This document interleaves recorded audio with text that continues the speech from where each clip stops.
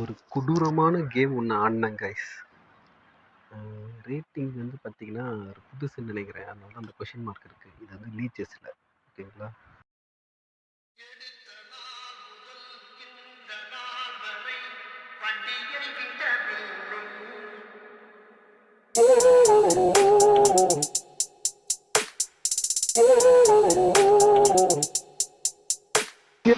எடுத்த நாள் முதல் இந்த நாள் வரை வண்டியை விடவில்லை. வண்டியை வண்டியை வண்டியை வண்டியை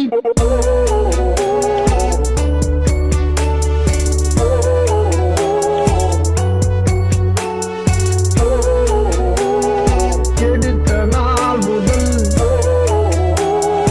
இந்த நாள் வரை வண்டியை விடவில்லை.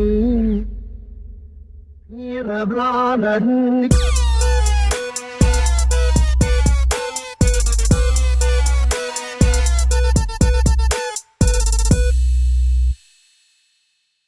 இந்த ஒரு நல்ல பண்ண மாதிரி ஒரு தெரிஞ்சுது.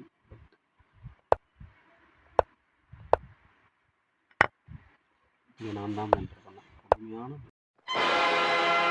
ஆடிய ஆட்டம் என்ன, பேசிய வார்த்தை என்ன. எவ்வளோ பிளண்டர் பார்த்தீங்களா. என் குயினை ஒரு 3 தடவை வெட்டியிருக்கலாம். நான் அவரோட மெட்டீரியல்ஸை எவ்வளோ கேப்சர் பண்ணியிருக்கலாம். ரொம்ப கொடூரமான விளையாடினதால வந்த அவுட்புட். எனிவேஸ் சரி, எவ்வளோதான் கொடூரமாக ஆடினாலும் ஆடுவோன்னு சொல்லிட்டு முடிவெடுத்தாச்சு. அந்த ஒயிட் பிஷப் பார்த்தீங்களா, அந்த ரூக் இருக்கிற ஸ்கொயரை கவர் பண்ணிக்கிட்டே இருந்தது. அப்புறம் பிஷப், நம்மளோட பிளாக் பிஷப், அதுவும் வந்துட்டு குயினும் ரூக்கும் பாருங்க பிளாக்லேயே இருக்குது. ஸோ அதை ரிமூவ் பண்ணணும் இல்லையா. ஸோ அதுக்காக ஒரு சின்ன மூவ் பண்ணேன்.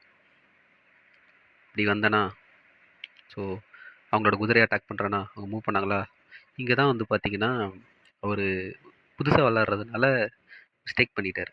அப்போ பிஷப் வச்சு குயின் அட்டாக் பண்ணனா, குயினை நவுத்தாமல் அவர் ரூக்கை வச்சு எடுத்துட்டா நான் பிஷப் வச்சு வெட்டுவேன். அவருக்கு தான் மெட்டீரியல் அதிகமாக இருக்கும் சரிங்களா. நம்ம ஈஸியாக ஜெயிச்சிடலாம் அவர். But rookie mistake. குயினை நவுத்தினார். நவுத்தினா என்ன ஆகும் கெஸ் பண்ணுங்க.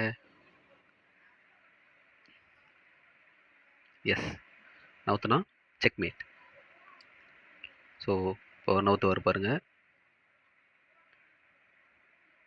நம்ம ரூக்கை வச்சு அந்த பிஷப் கவர் பண்ணிட்டு இருந்தது பாருங்க. அது இம்பார்ட்டண்டான ஸ்கொயர் அது. ஏன்னா வேற எங்கேயும் ராஜா போகிறதுக்கு வழி இல்லை. ஸோ விட்டாமல் விளாட்னா மோசமான ஆட்டத்தை கூட ஜெயிக்கலாம். This is the example guys. This is how not to play chess. Thank you.